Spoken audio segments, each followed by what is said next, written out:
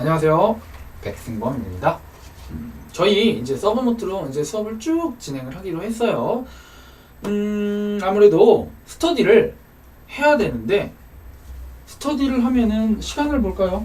저희가 저번에 뭐라 그랬죠? 자, 이거 일주일이면 끝낼 수 있습니다. 라고 얘기를 해버렸어요.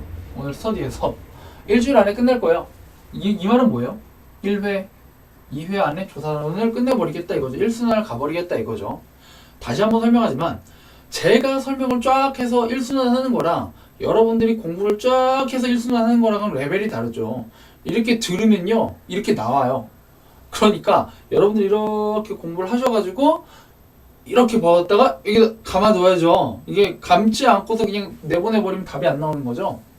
그래서 제가 요 1, 2에서는 뭐가 중요한지 정도만 설명을 해드리고, 그게 왜 나오고 왜 중요한지 정도만 설명을 해드릴 거예요. 그럼 알아서 외우셔야 돼요. 조사로는 뭐라고요? 암기 과목이라고요. 그래서 교재를 한번 보고 설명을 해보도록 하겠습니다. 교재는 말이죠, 총 조사 방법론 몇 페이지예요? 공식적으로는 9페이지고요 비공식적으로는 한 10페이지, 11페이지 되네요. 제가 저번에 얘기했다시피 교재 보시면 아시겠지만 1페이지, 2페이지, 3-1페이지가 있네? 3-2페이지가 있네? 뭐 이런 식으로 들어가기 때문에 실제로 뭐 끝에가 뭐 9페이지라고 해서 9페이지로 끝나는 건 아니죠. 자, 그러면 1페이지를 보도록 하겠습니다. 왼쪽 상단에 과학적 방법의 특징, 경험성, 재생 가능성, 객관성, 논리성, 체계성, 간주관성, 사고주관성, 이거 실제로 시험에 나오긴 해요. 나오긴 하는데 옛날 시험에 나와요. 옛날 기출시험 보시면요, 옛날 기출문제는 유출이 됩니다. 하지만 뭐 2011년도, 2012년도에 봤던 시험은요 실제로는 기출이 잘 안 되고요, 복원 문제라 그러죠. 그래서 풀었던 거, 1차 때 풀었던 것들을 사람들이 기억을 해서 복원한 문제이기 때문에 100% 그게 맞다라고는 할 수 없고요. 이러한 과학적 방법의 특징과 1페이지 한번 볼게요. 그 다음에 뭐 과학적 연구 방법, 뭐 정의란 무엇이냐, 뭐 가설이란 무엇이냐, 귀납법, 영역법이란 무엇이냐, 이거 말이죠. 옛날 시험에 나왔던 문제예요. 최근에는 이런 범위는 점점 줄어들고요. 뒤에 실제적인 조사를 하는 방법, 그러니까 실제 조사에서 쓰이는 방법이 어떤 것이 있는지에 대해서 나오는 게 요즘 트렌드입니다. 추세고요. 그래서 점점 이런 부분은 줄어든다. 그래서 사실상 제가 정리한 서브노트 1페이지와 2페이지에서도 시험에 실제로 나오는 비율은 한두 문제, 많으면 3-4문제, 그렇게 크지 않다라는 걸 꼭 알아두시고 넘어가셔야 합니다. 하지만 아셔야 돼요. 자, 예를 들어 볼게요. 여러분들 곱하기도 하고 나누기도 할 거 아니에요. 근데 그 전제가 되는 건 플러스 마이너스겠죠. 플러스 마이너스 먼저 배우잖아요. 여러분들이 만약에 이 1, 2페이지를 생략을 하신다, 그러면 더하기 빼기도 모르면서 곱하기 나누기를 들어가는 거랑 비슷한 겁니다. 그러니까 이거는 보셔야 되고요. 그리고 이 중에서도 제가 줄을 쳤다거나 박스를 만들었다거나 하는 것들은 한 번쯤 깊게 눈여겨보아야 하는 그런 부분인 거죠. 그래서 사실상 뭐 1페이지에서는 중요한 게 없다고 봐도 무방합니다. 그치만 꼭 한번 읽어보세요. 그 다음 페이지 2페이지로 넘어갈게요. 2페이지에서는요 마찬가지예요. 개념이란 무엇이냐, 개념 정의란 무엇이냐, 정의는 정의를 정의하는 걸 정의라 그러지 뭐. 그죠? 정의가 뭔지는 알겠지만 말로 설명하기가 어렵겠죠. 그럼 반대로 생각해보세요. 정의에 대해서 설명을 해놨는데 이게 정의인지 개념인지 의의인지 모르잖아요. 잘 헷갈리잖아요.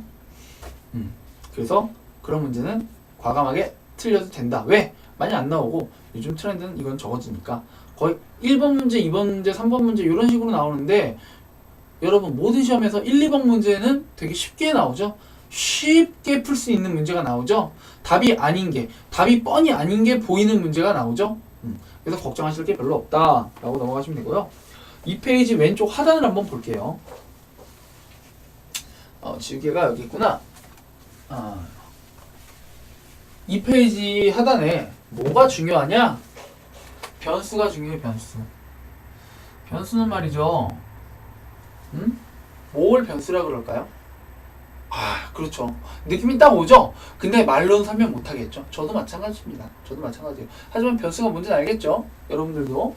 뭔가 내가 A에서 B, 그러니까 A 사건이 일어남으로써 B 사건이 일어나는 걸 관찰을 하고 싶은데 여기에 뭔가 끼어드는 거를 내가 변수라고 생각해 라고 하시면 얼추 맞는 겁니다. 하지만 정확히는 이 A와 B 사이에서 역할을 하는 C라는 변수는 4개 변수라고 하고요. 그건 제3의 변수에 포함이 되고요. 그래서 변수에 대해서 많이들 헷갈려 하시지만 꼭 외우셔야 해요. 변수 정의가 중요한 거는 아니에요. 이게 중요한 건 아닙니다. 정의가. 하지만 뭐가 중요하냐? 독립변수, 종속변수. 많이 들었죠? 많이 들었어. X가 발생함으로써 Y가 발생하는 거. 자, 광고비를 올렸어요. 광고비를 올렸더니 매출액이 뛰네? 그러면 광고비 뭐예요? 독립변수. 매출액은 뭐예요? 총속변수. 쉽네. 땡. 끝난 거죠? 잘했어요. 하지만 페이지 보시면요. 어렵게 나와요. 자, 왼쪽 페이지의 중간을 보시면요. 변수 해놓고 독립이랑 종속의 다른 이름이 나옵니다. 이거는 여러 가지 교재에서 이름이 다 달라서 달리 나오기 때문에 여러분들이 꼭 아셔야 되는 거예요. 어떤 교재에서는요, 원인 변수라고도 하고요, 뭐 가설적 변수라고도 해요. 이 독립 변수를. 종속 변수는요, 결과 변수, 예측 변수. 자, 보세요. 이게 원인이고 이거 결과 아니에요. 그 얘기 하는 거예요, 그 얘기. 그러니까 이런 다른 이름을 꼭 아셔야 되고요. 그리고 이제 뭐 속성에 따라서 변수를 또 보기도 해요. 변수가 이게 이렇게 쭉 이어가는 건지 아니면 딱딱딱딱딱 끊어지는 건지에 따라서 이게 연속형 변수가 있고 뭐 불연속형 변수가 있고 이래요. 그런 구분도 있고요. 그 다음에 뭐 일반적 변수니 구체적 변수니 하는 것도 있고요. 하지만 그런 것보다 더 중요한 것은 바로 제3의 변수입니다. 제3의 변수를 한번 볼까요? 제3의 변수. 제3의 물결 뭐 이런 것도 있죠. 그럼 뭐예요? 제1의 변수 x, 2의 변수 y라고 쳤을 때 새로운 변수가 있다 이겁니다. 새로운 변수. 대표적으로 매개 변수. 그죠? 매개 변수가 있고요. 그 다음에 뭐 선행 변수, 구성 변수. 읽어볼까요? 억제 변수, 왜곡 변수, 매제적 변수 이런 게 있어요. 이런 거 꼭 아셔야 돼요. 이거 별 3개입니다. 자, 교재에다가 별 3개 한번 싹 쳐주세요. 쳐주시고요. 왜 중요하냐? 이런 변수. 자, 매개 변수를 한번 예를 들어볼게요. 자, 이거 독립 종속 변수인 건 이제 아시죠? 매개 변수는 이 사이에 들어가는 거예요. 독립 변수의 결과이며 종속 변수의 원인이 되는 변수를 매개 변수라고 한다라고 정의가 됩니다. 그러면 설명이 어떻게 나오냐? 문제는 어떻게 나오냐? 자, 1번 독립 변수의 원인이며 종속 변수의 결과가 되는 변수를 무엇이라 하느냐? 그럼 여기에 보기 1, 2, 3, 4 객관식이니까 5 중에 뭐 매개 변수, 선행 변수, 구성 변수, 뭐 연속적 변수, 불연속적 변수 이런 게 있을 때 이건 매개 변수를 설명하는구나 라고 딱 체크할 수 있어야 되는 거죠. 그런 문제가 객관식에 많이 나오고요. 논술 시험에 마케팅 하시는 분은 논술 시험에도 나올 수 있어요. 이런 변수, 제3의 변수 나왔거든요. 그러니까 꼭 기억을 하셔야 됩니다. 그러면 벌써 왼쪽 페이지가 끝났네요. 그죠? 오른쪽 페이지 넘어가 볼게요. 이 페이지의 오른쪽 맨 상단 보실까요? 사실이 하는 역할, true가 하는 역할은 뭐냐? 이론을 형성하고, 이론을 재규정하고, 이론을 명백화하여 이론을 뭐 거부하거나 재정립. 무슨 말이야 이거? 이딴 거를 문제로 내면은 그게 과연 옳은 시험 감독관이라고 할 수 있을까요? 아니면 욕을 먹을까요? 욕을 먹겠죠. 왜? 여러분, 경영지도사 뭡니까? 경영지도사는요, 실용적인 것을 굉장히 중요시해요. 점점 트렌드가 요즘도 연수를 받고 뭐 함에 있어서 실제로 네가 나와서 컨설턴트, 경영지도사로서 이 경영 전반에 관한 상담을 할 수 있는지 이런 실용적인 거를 따지기 때문에 시험 문제에도요 점점점 추세가 실용적이냐 안 실용적이냐 이런 걸 좀 따져요. 그래서 이런 뜬구름 잡는 얘기는 안 합니다. 많이. 시험 문제도 점점 이런 게 줄어드는 추세고요. 굉장히 바람직한 현상이죠. 그래서 이 페이지까지는 제가 뭐 그닥 중요하다고 안 했잖아요. 한번 그래도 읽어보셔야 돼요. 왜냐면 막 하다가 이론이 뭐냐? 그랬을 때 이론에 대해서 얘기를 못하면 안 되겠죠. 이론이 뭐냐? 자, 얘기 한번 해볼게요. 들어보세요. 이론이란 사실과 사실관계의 논리적 연관성으로 체계적으로 상호 연결된 명제이다. 함축적 연역 가능성이 있는 구조화된 가설이다. 경험적 통일성이 있고 논리적으로 연결된 관계이며 확률적인 진술을 한다. 뭔 소리야 이거? 다시 읽어도 좀 뭔지 모르겠어요. 그러면서 뭐 이론의 역할이 있습니다. 뭐 현상을 설명하며 예측하고 과학적 조사의 연구의 기본 토대가 제공되며 뭐 명제 가설의 판단 기준이 된다. 참 한심하죠. 이런 거 문제로 내면 한심하겠죠. 그리고 그 아래에 뭐 연구 문제라던가 뭐 그런 얘기가 있는데 별표를 쳐놨는데 이 별표를 친 건 말이죠. 자, 오른쪽 페이지 중간 보세요. 원천, 조사 문제의 원천 이러고서 기존 지식, 사회 요청, 개인 취향, 경험. 이건 무슨 얘기냐면요. 이 조사를 하는 데에 대해서 왜 조사를 하는지, 조사를 하게 된 이유가 무엇인지 이걸 바로 조사 문제의 원천이라고 합니다. 그죠? 그렇게 되겠죠? 그래서 뭐 첫 번째 기존 지식이 있으니까 좀 더 하고 싶고 사회적으로 요청을 해요. 누군가 이거 좀 조사해 주세요. 이거 좀 알고 싶어요. 그건 내가 개인 취향이야. 취미가 막 조사하고 연구하는 거야. 아니면 내가 경험에서 우러나와서 좀 궁금한 게 있어. 그래 그런 것 때문에 조사 연구가 발생을 한다. 뭐 이런 얘기예요.